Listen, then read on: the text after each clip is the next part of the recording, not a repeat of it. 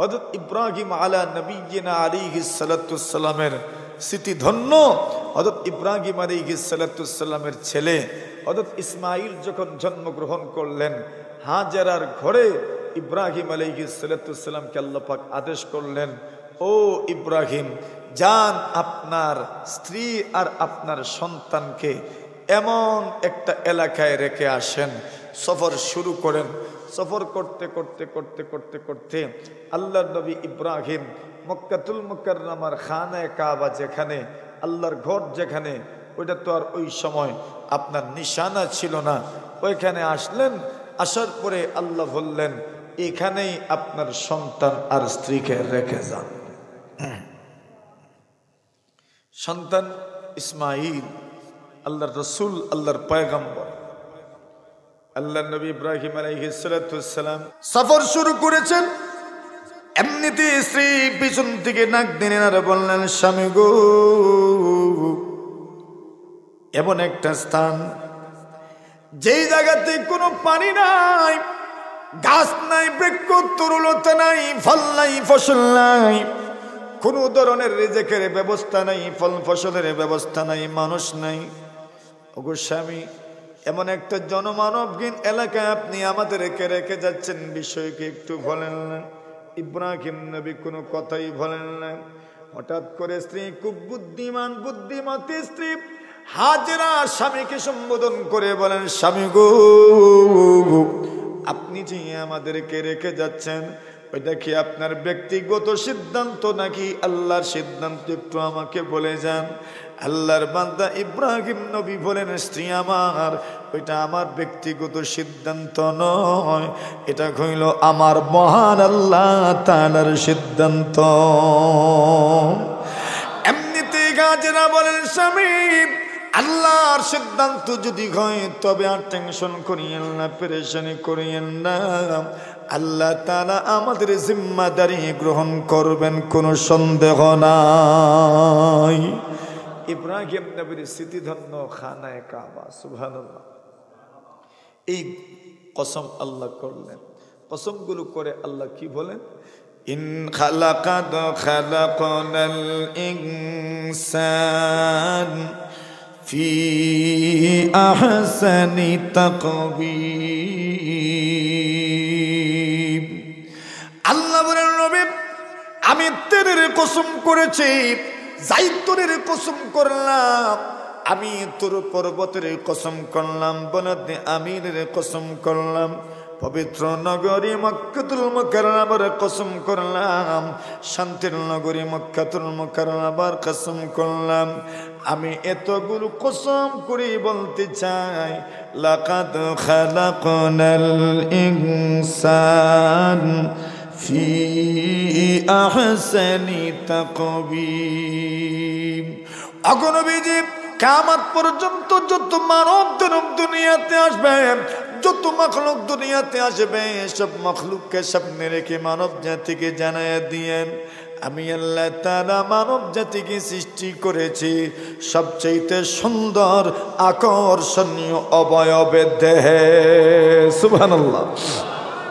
মানব জাতির অবয়ব, মানব জাতির কাঠামো, মানব জাতির শারীরিক সৌন্দর্যতা, মানব জাতির শারীরিক টানা ভানা এত সুন্দর, এত সুন্দর, এত সুন্দর, আল্লাহ তাআলা এর চাইতে সুন্দর আর কাউকে বানান নাই। সুবহানাল্লাহ। মানুষ তো বানিয়েছেন আল্লাহ, শুধু মানুষ নয়, এই দুনিয়াতে আরো যত মখলুক আছে সব মখলুক তো বানিয়েছেন কে? আল্লাহ। সুতরাং উনি তো জানেন ওনার মখলুকের মধ্যে কারা সর্বশ্রেষ্ঠ, কারা সবচেয়ে সুন্দর, কার জানা? আল্লাহর জানা। মানব জাতি কেন সুন্দর, কেন সুন্দর, কেন এদেরকে আল্লাহ পাক শ্রেষ্ঠত্ব দান করেছেন? এর এক নম্বর কারণ হলো সুন্দর অবয়বে, সুন্দর গঠনে আল্লাহ তাআলা মানব সৃষ্টি করেছেন। মহান আল্লাহ তাআলা মানব জাতিকে এত সুন্দর করে বানাইছেন, এত সুন্দর করে সৃষ্টি করেছেন। আর রহমান আল্লামাল কুরআন খালাকাল ইনসানা আল্লামাহুল বায়ান। মানব জাতির সৌন্দর্যের পেছনে প্রথম কারণগুলো মানব জাতির বুদ্ধি বিবেক। মানব জাতিকে আল্লাহ পাক বুদ্ধি দিয়েছেন, বিবেক দিয়েছেন, আকল দিয়েছেন, বিবেক দিয়েছেন, বুদ্ধি দিয়েছেন। আল্লাহ তাআলা কোরআন সুন্নাহর জ্ঞান দান করেছেন। কোরআন সুন্নাহর জ্ঞানের মাধ্যমে হারাম চিনে, হালাল চিনে, হারাম থেকে বেঁচে থাকি হালাল বিষয়ে অংশগ্রহণ করতে চাই। আল্লাহ রব্বুল ইজ্জত ওয়াল জালাল মানব জাতিকে হালালের ব্যবস্থা এবং হারাম তার সামনে স্পষ্ট করে দিয়েছেন। এইবার সে হালালটা গ্রহণ করে হারামটা পরিত্যাগ করে এই দিক থেকে আল্লাহ পাক মানব জাতিকে সম্মান দিয়েছেন, আশরাফুল মাখলুকাত বানিয়েছেন। অবয়বের দিক থেকে, গঠনের দিক থেকে, শারীরিক গঠনের দিক থেকে মানব জাতি সবচেয়ে সম্মানিত। তার অঙ্গ প্রত্যঙ্গ যেভাবে হওয়া দরকার আল্লাহ পাক সেইভাবে সৃষ্টি করেছেন। কোনো অঙ্গ প্রত্যঙ্গ লম্বা, কোনোটা খাটো এমনভাবে আল্লাহ বানান নাই। এক পাও লম্বা আরেক পাও খাটো এইভাবে বানান নাই। আল্লাহ পাক এক কান বড় আরেক কান ছোট এইভাবে বানান নাই। আল্লাহ পরবর্তীকারে আলম যে অঙ্গ প্রত্যঙ্গ যেইভাবে থাকার দরকার এইভাবেই আল্লাহ পাক রব্বুল আলামিন দিয়েছেন। আল্লাহ তাআলা মানব জাতিকে সুন্দর অবয়বে সৃষ্টি করেছেন। শুধু সুন্দর অবয়বে সৃষ্টি করেন নাই, অন্য দিক থেকে মানব জাতিকে শ্রেষ্ঠত্ব দিয়েছেন। ওয়ালাকাদ কাররামনা বানি আদম। আল্লাহ বলেন, ও নবী, বিশ্ব নবী, আমি আল্লাহ তাআলা আদম সন্তানকে শ্রেষ্ঠত্ব দান করেছি, সম্মান দান করেছে। কেন শ্রেষ্ঠত্ব দান করলাম? আল্লাহ তাআলা বলেন, ওয়া হামালনাহুম ফিল বাররি ওয়াল বাহর। ওগো রাসূল, আমি আল্লাহ পরবর্তীকারে আলম এদেরকে জলে স্থলে ঘোরাঘুরির সুযোগ করে দিয়েছি। জলে স্থলে চলাফেরার মতো সক্ষমতা আমি দান করেছি। এরা স্থলেও চলাফেরা করতে পারে, নিজের পা দিয়ে চলাফেরা করতে পারে, গাড়িও বানাইতে পারে বুদ্ধি বিবেক দিয়ে, আকল দিয়ে, বিবেক দিয়ে, তার বুদ্ধি দিয়ে, কৌশল দিয়ে এরা গাড়ি নির্মাণ করতে পারে, গাড়ির মাধ্যমে স্থলে চলাফেরা করতে পারে। আমি আল্লাহ তাআলা সমুদ্রে, সাগরে, নদীতে সাঁতার কাটার মতো যোগ্যতা দিয়েছি, সাঁতার কাটতে পারেন। আবার নৌযানও বানাইতে পারেন, যে নৌকাগুলো, জাহাজগুলো পানিতে চলাফেরা করতে পারেন। ওয়া হামালনাকুম ফিল বাররি ওয়াল বাহর ওয়া রাযাকনাকুম মিনাত তাইয়্যিবাত। আল্লাহ বলেন, নবীজি, আমি মানব জাতিকে কেন শ্রেষ্ঠত্ব দিলাম, কেন উত্তম, কেন উত্তম, কেন শ্রেষ্ঠ? শ্রেষ্ঠতের পিছনে কারণ কোন ওয়ারাযাকনাকুম মিনাত তাইয়্যিবাত। পবিত্র জিনিস একমাত্র মানব জাতি খায়। দুনিয়ার আর কোন মাখলুক শুধু পবিত্র জিনিস খায় না। এরা হারাম হালাল অঘৃণিত, অঘৃণিত, পবিত্র আর ঘৃণিত সব ধরনের জিনিস তারা খায়। জোরে কণ্ঠে খেনা। আর একমাত্র মানব জাতি এমন এক মাখলুকের নাম যারা শুধু শুধু ঘৃণিত জিনিসগুলোকে পরহেজ করে আর পবিত্র জিনিসই তারা ভক্ষণ করে। ঠিক না? সুতরাং যারা নাপাক আর ময়লা আবর্জনা এগুলো যুক্ত জিনিসও খেয়ে ফেলে, ওরা আসলে আদর্শ মানবত্ব নয়, মনুষ্যত্ব নাই তাদের মধ্যে। ঠিক না বেটি? এটা শুরুতে মানুষ, বাস্তবে কি নয়, মানুষ নয়। শুরুতে যদি মানুষ একদম সমান হয়ে যেত, মানুষ হয়ে যেত, তো আবু জেহেল আর মুহাম্মদুর রাসূল তো সমান হই। ঠিক না বেটি? অথচ কোথায় মুহাম্মদুর রাসূলুল্লাহ সাল্লাল্লাহু আলাইহি ওয়াসাল্লাম আর কোথায় আবু জেহেল? ঠিক না বেটি? কোথায় মুহাম্মদুর রাসূলুল্লাহ সাল্লাল্লাহু আলাইহি ওয়াসাল্লাম আর কোথায় আবু জেহেল? কি রাসূলের সম্মান আর কি আবু জেহেল! সুবহানাল্লাহি ওয়া বিহামদিহি। কিন্তু সুরত তো সমান হই, সুরত তো সমান হই, শারীরিক আপনার অবয়ব কাঠামো তো সমান হই। তো শুধু সুরতে ইনসান হয় না, মানুষ হয় না, মূল মানুষ তো হয় তার অন্তর এবং তার আদর্শ আর তার আখলাকের মাধ্যমে। ঠিক না? তো আল্লাহ বলেন, ওয়ারাযাকনাকুম মিনাত তাইয়্যিবাত। মানব জাতিকে আল্লাহ তাআলা পবিত্র রিজিক দান করেছেন। শুধু পবিত্র রিজিকই না, মানব জাতি একমাত্র মাখলুক যারা বিভিন্ন জিনিস একসাথে করে খাইতে পারে। ঠিক না? আর দুনিয়ার কোনো মাখলুক একসাথে কয়েক জিনিস খাইতে পারে না। গরু ঘাস খায় যায়, শুধু ঘাসই খায়। না ঘাসের সাথে তরকারি মিলাইছে কোনোদিন? হ্যাঁ, শুধু ঘাসই খায়। দেখেন না, গুঁড়া খেলে শুধু গুঁড়াই খায়। হ্যাঁ, আপনি যদি গুঁড়ার সাথে একটু খের মিলাই দেন তো খায়, এটা আপনি মিলাই দেন।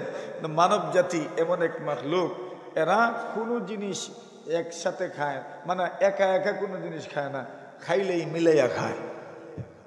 ঠিক না বেঠিক? মনে করেন সালাদ যে বানায় কত আইটেম দিয়ে বানায়? 5-6টা দিয়ে বানায়। ভাত যে খায় মানুষ কত জিনিস দিয়ে খায়, মরিচও দেয়, হলুদও দেয়, বাখরও দেয়, আদাও দেয়, রসুনও দেয়, ঠিক না? জিরাও দেয়, এলাচিও দেয়, দারচিনিও দেয়। ওইটা সব দিয়ে পাক করলো তরকারি, আর ভাত তো আছেই, লবণ তো আর দেয় ওই, ঠিক না বেটি? কত জিনিস এক করে খায়। তো বলছেন ওয়ারাযাকনাহুম মিনাত তাইয়্যিবাত, মিশ্র খাবারের যোগ্যতা আল্লাহ শুধু মানুষকেই দিয়েছেন। সুবহানাল্লাহ। ওয়ারাযাকনাহুম মিনাত তাইয়্যিবাত, আর কোন মাখলুক অনেক জিনিস একসাথে মিলিয়ে খাইতে পারে না। এই গুণটা একমাত্র কার? মানব জাতির। আল্লাহ এই দিক থেকে মানব জাতিকে সম্মান দিয়েছেন, শ্রেষ্ঠত্ব দিয়েছেন। ওয়াফাদ্দালনাহুম আলা কাসীরিম মিম্মান খালাকনা তাফদীলা। আল্লাহ বলছেন, আল্লাহ তাআলার এই জমিনে বিচরণকারী হাজারো মাখলুকের চাইতে আল্লাহ মানব জাতিকে শ্রেষ্ঠত্ব দান করেছেন। তাহলে আল্লাহ কসম করে কি বলতে চাইলেন? লাকাদ খালাকনাল ইনসানা ফি আহসানি তাকওয়িম। আল্লাহ তাআলা মানব জাতিকে সৃষ্টি করেছেন ফি আহসানি তাকওয়িম, সবথেকে উত্তম অবয়বে, সুন্দর অবয়বে, সুন্দর কাঠামোয়, সুন্দর গঠনে, সুন্দর গড়নে, সুন্দর দেখে। মানব জাতির চাইতে উত্তম কোনো দেহায়াবয়ব কারো হইতে পারে না। সুবহানাল্লাহ। সবচেয়ে সুন্দর শরীর কার? মানুষের। আল্লাহ তাআলা মানুষকে তো সুন্দর শরীর দিয়েছেন। এই সুন্দর শরীর দিয়ে আল্লাহ তাআলা মানব জাতি সৃষ্টি করেছেন। ওই কথাটা আল্লাহ কসম করে বলছেন। এরপর আল্লাহ তাআলা ওই সুন্দর মানুষের শেষ পরিণতিটা কি হবে? সুম্মা রাদাদনাহু আসফালা সাফিলিন। শেষ পরিণতিটা কি হবে? শেষ পরিণতির দিকে মানুষ কিভাবে ধাবিত হয়, সেই বিষয় নিয়ে আল্লাহ বাঁচাইলে কালকে সামান্য আলোচনা হবে ইনশাআল্লাহ। এরপরে পরবর্তী সূরা আমরা শুরু করব। মানব জাতি এত সুন্দর, রুচির দিক থেকে মানুষ কত উত্তম। সুবহানাল্লাহ। মানুষের রুচি খারাপ কিছু মানুষের রুচি চায়নি কোনো দিন। মানুষের রুচি ভালো, তার রুচি সুস্থ রুচি। মানুষের গঠনও সুন্দর, মানুষের বিবেকও ভালো, বুদ্ধিও ঠিক আছে, সব ঠিক আছে। কিন্তু এত ভালো মানুষও কোনো সময় তার বেয়াদবির কারণে, বেয়াকলির কারণে, তার অসচেতনতার কারণে, তার রবকে না চিনার কারণে, দিনের সাথে সম্পর্কিত না থাকার কারণে তার পরিণতি কি হয় আল্লাহ সেই কথা এরপরেই বলছেন। সুম্মা রাদাদনাহু আসফালা সাফিলিন। কথা হবে ইনশাআল্লাহ। আল্লাহ পরবর্তীকারে আলম যা আলোচনা করা হইল বুঝা আল্লাহ তৌফিক দান আমাদেরকে দান করুন। সবাই বলে আমিন। وآخر دعوانا أن الحمد لله رب العالمين।